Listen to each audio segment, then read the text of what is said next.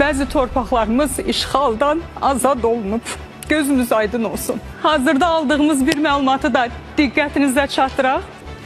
Füzulinin 4 kəndi və Cəbrailin isə 2 kəndi işğaldan azad edilib.